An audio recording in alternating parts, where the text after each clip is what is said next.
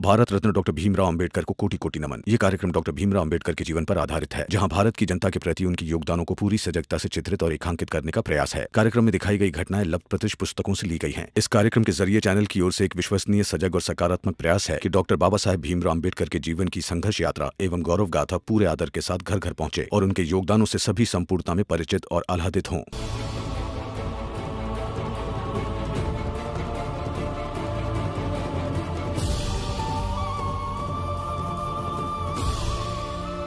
बाबा, जरा बाहर आइए ना, आपसे कुछ बात करनी है।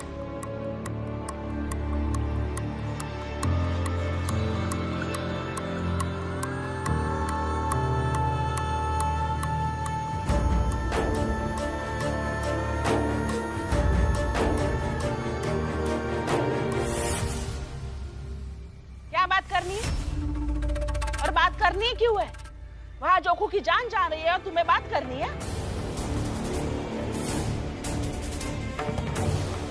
देख ले फुलिया, देख ले और अच्छे से समझ ले। जिस भीम के तरफदारी के लिए तू लड़ रही थी, उसकी हालत देख कैसी हो गई है। तेरे पति के लिए फैसला भी नहीं ले पा रहा है वो। देख,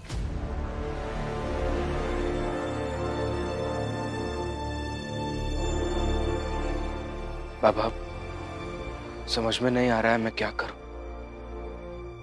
दो जरूरी फैसलों में से एक फैसला लेना होगा। आप जरा इसे आसान बना दीजिए ना।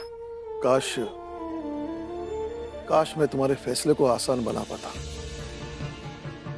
कम से कम ये तो कह दिया होता कि पहले चाल वालों का देख, जोकू हमारा करीबी है। अगर ये बात बाला और आनंद को कहनी होती तो कह दिया होता, लेकिन ये बात तुमसे कहनी है, बुद्धिमान भीम से कहनी है, उस भीम से कहनी है जिसके लिए उसके जात का हर व्यक्ति उसके लिए अपना है। तो बेटा, जो भी फैसला लेना होगा तुम्हें लेना होगा।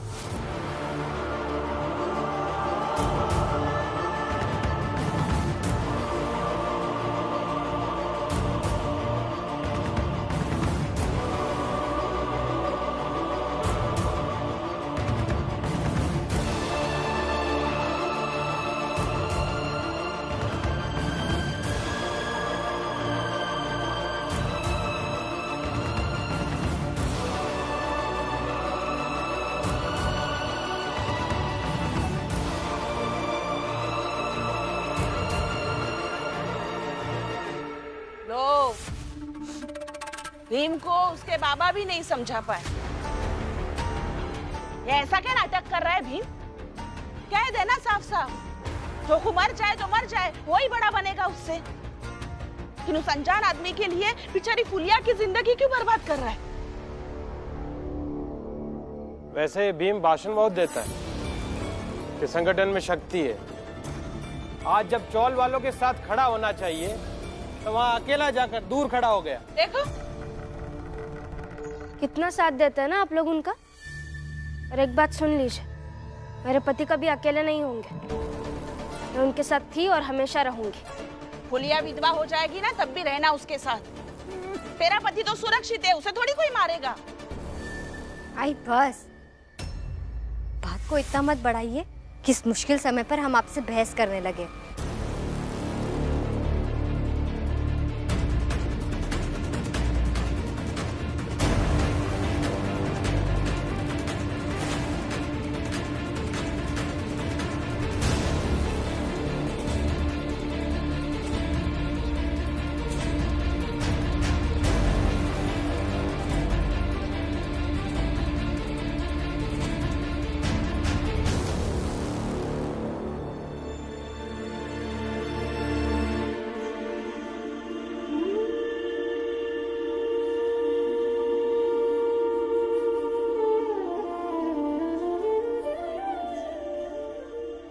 बैठो।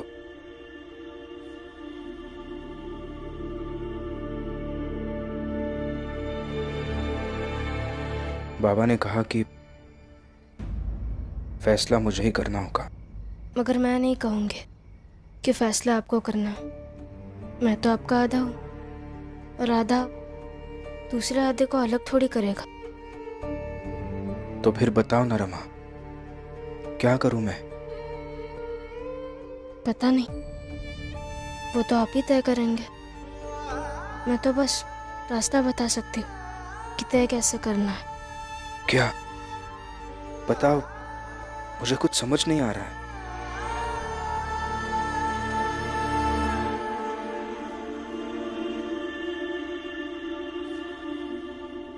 उठिए, उठिए तो। क्यों? क्या हुआ? आप इधर बैठिए।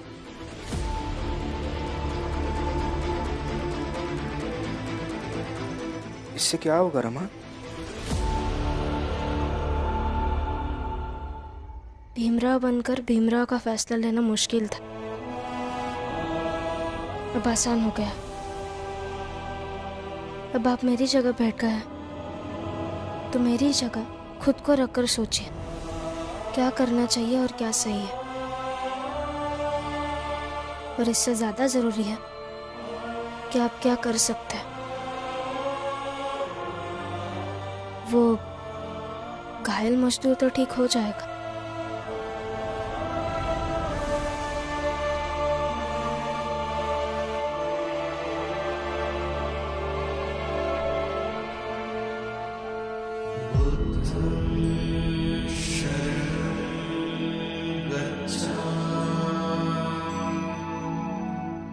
बुद्धं शरणं गच्छामि, धम्मं शरणं गच्छामि, संघं शरणं गच्छामि, बुद्धं शरणं गच्छामि, धम्मं शरणं गच्छामि, संघं शरणं गच्छामि, बुद्धं शरणं गच्छामि। बहुत मारा आपका, बहुत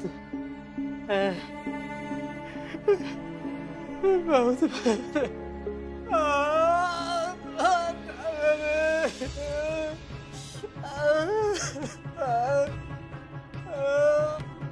ये फाइल जरूरी है, मेरे टेबल पर रख देना। दरोगा साहब, बहुत दर्द है राम का, पूरा शरीर टूट गया। दरोगा साहब, अपनी क्या गलती नहीं है? कुछ नहीं, ये हाथ में कागज देख रहे हो? कल कोर्ट में सुनवाई है, मतलब ओपन होगा केस। और यकीन मानो, जब केस ओपन होगा तो मैं तुम्हें इधर गोली मार दूंगा और केस क्लोज कर दूंगा। बस आज भर का जीवन है तुम्हारे पास। अगर उस भीमराव ने पूरन का केस वापस नहीं लिया तो। हम कुछ नहीं किए दरोगा साहब, हम कुछ नहीं किए।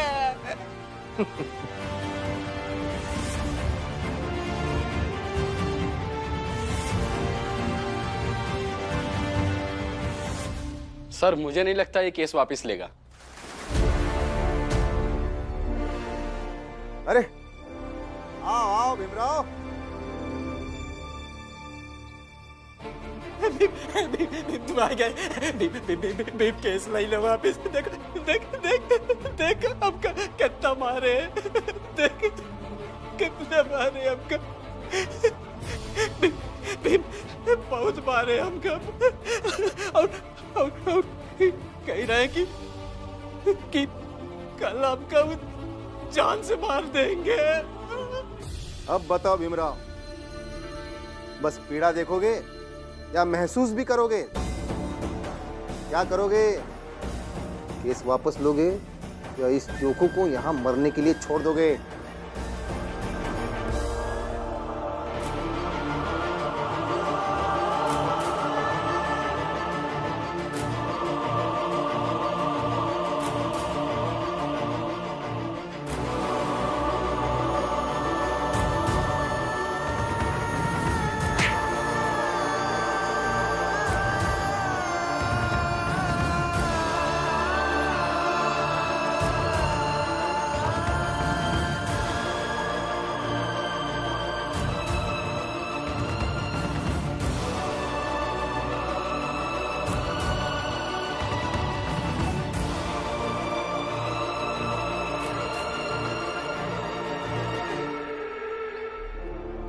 आपकी तबीयत कैसी है?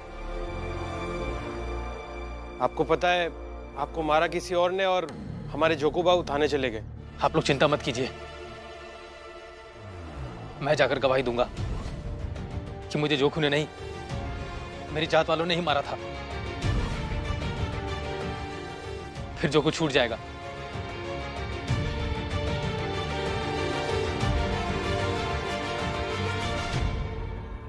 हाँ चलिए ना, वो थाने ही गया। हाँ भैया चलो, चल के गवाही दे दो और हमरे जोखू को बचाई लो। हाँ चलो भैया, चल उठो।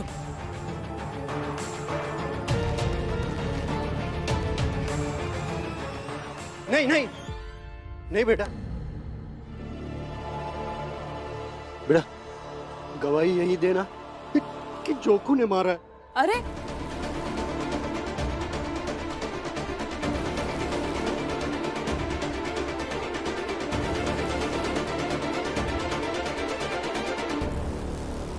ऐसी गवाही मैं क्यों दूंगा बाबा? नहीं दोगे तो हम सबको मार डालेंगे। पूरा घर जला दिया और बहन के ससुराल वालों ने आकर कह दिया अगर बेटा निम्न जाति के पक्ष में गया तो बेटियों को भी घर वापस बुला ले। देखिए आप उनके धमकियों से डरिए मत, हम सब है ना, कानून है। हम बात करते हैं। बात नहीं करनी, बस बेटा जाकर कह दे जो कह रहे। अरे ऐसे कैसे कह दे? ऐसे झूठी गवाही देगा तो हमारा पति नहीं फंस जाएगा का? झूठी गवाही काहे देगा ही? इसे देखिए, मेरी फटी हुई साड़ी, घर से भाग रही थी मैं, पकड़ के लेके आई मुझे और कहने लगे जाकर कह दो अपने पति से जो हमने कहा है, नहीं तो साड़ी इतनी फाड़ी है ना निर्वस्त्र कर देंगे।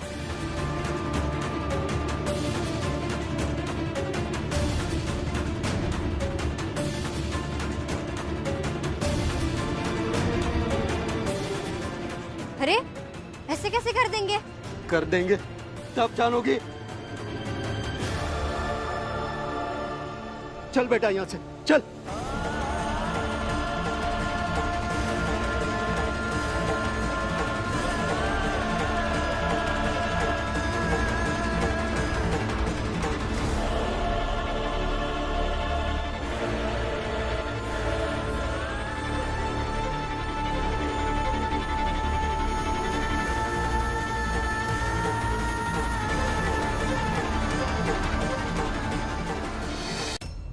कल मैं और रमा बुद्धम शरणम गच्छामि का जाप कर रहे थे, तब ध्यान लगने के बाद मुझे एक सपना आया। वो सपना मैं आपको बताना चाहता हूँ। तुम्हारा ये सपना सुनने के लिए नहीं बैठा हूं मैं यहाँ। जवाब दो, केस वापस लोगे या नहीं? पहले सपने में क्या हुआ ये जान तो लीजिए, जवाब अपने आप मिल जाएगा। तो सपने में ऐसा दिखा कि एक तरफ रमा खड़ी थी, एक तरफ मेरे बाबा खड़े थे और सामने नदी थी।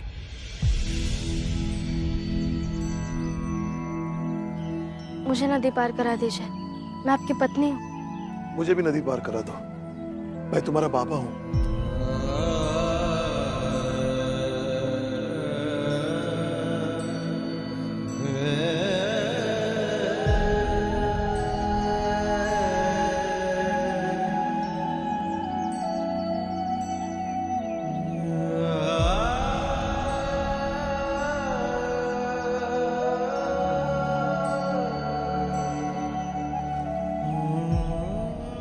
आप दोनों मेरे लिए जरूरी हो, इसलिए दोनों को नदी पार कराऊंगा। चलिए। अच्छा लगा मुझे कि आपने पापा का हाथ छोड़कर सिर्फ मेरा हाथ नहीं पकड़ा। और मुझे भी अच्छा लगा कि तुमने रमा का हाथ छोड़कर मेरा हाथ नहीं पकड़ा।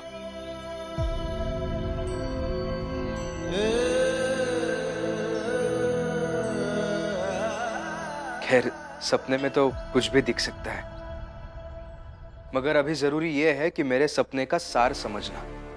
अगर मैं रमा और बाबा दोनों का हाथ पकड़कर दोनों को नदी पार कराने के लिए आगे बढ़ सकता हूं, क्योंकि दोनों मेरे लिए उतने ही महत्वपूर्ण हैं, तो आप ये समझ लीजिए कि जोखू काका और पूरन काका दोनों को न्याय दिलाने की लड़ाई मैं एक साथ लड़ सकता हूं, क्योंकि ये दोनों भी मेरे लिए उतने ही महत्वपूर्ण हैं। मतलब तुम पूरन का केस वापस नहीं लोगे? सवाल ही नहीं उठता सर, बल्कि मैं तो यहाँ दूसरे काम से आया हूँ। एक और एफआईआर लिखवानी है मुझे, ये कि आप जोखू काका को जबरन यहाँ ले आए और रात भर मारते रहे। लिख लीजिए। भीम, भीम, ये लोग आपका मार डालेंगे। भीम, आपका बचा लो भीम। जोखू काका, आप चिंता मत कीजिए, मैं कुछ नहीं होने दूंगा, ना आपको और ना ही पूरन काका को। आप एफआईआर लिखिए दरोगा साहब।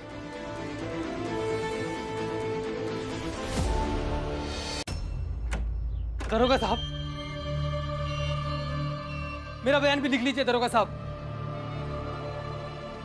लिखिए, मेरे सर पर लाठी से वार जोखू नहीं किया है।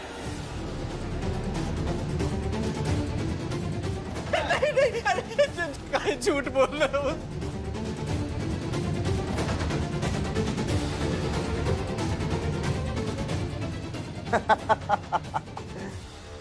अब बताओ भीमराव, जिसके साथ हो उसकी गवाही से बढ़कर और कुछ है? अब क्या करूं? लिखूं एफआईआर या केस वापस लोगे?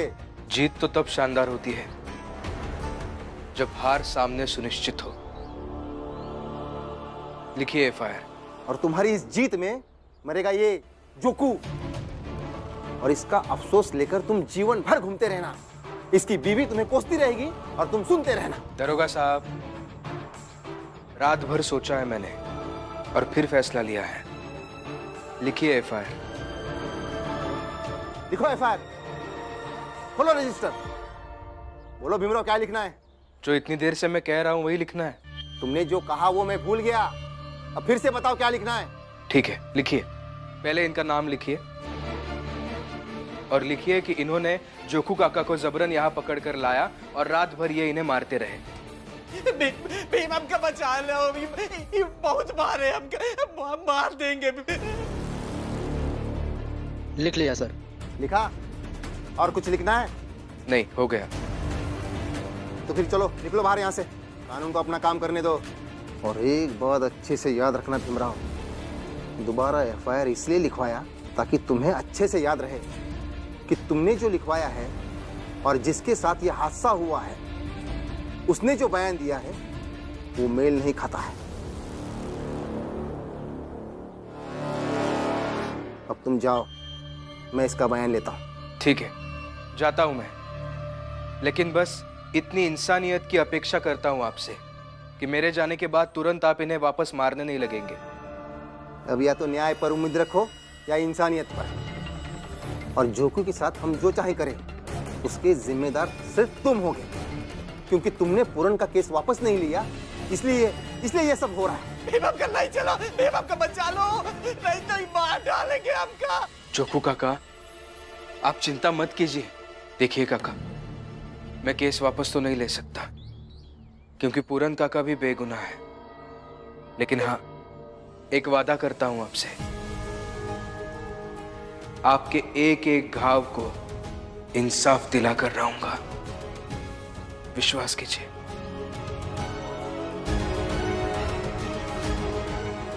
दरोगा,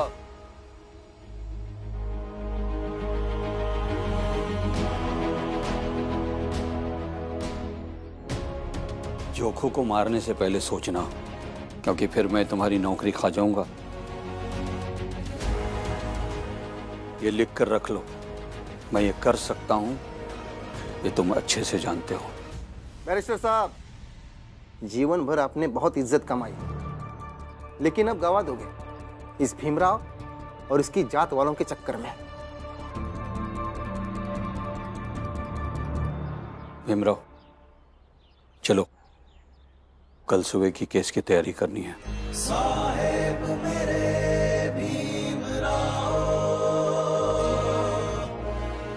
साहेब मेरे भीमराव। भीम हमका नहीं चलो भैया, भीम हमका बचा लो, नहीं तो मार डालेंगे हमका। मैं समझ रहा हूँ जोकू काका कि आप डर रहे हैं, मगर विश्वास कीजिए आपको कुछ नहीं होगा।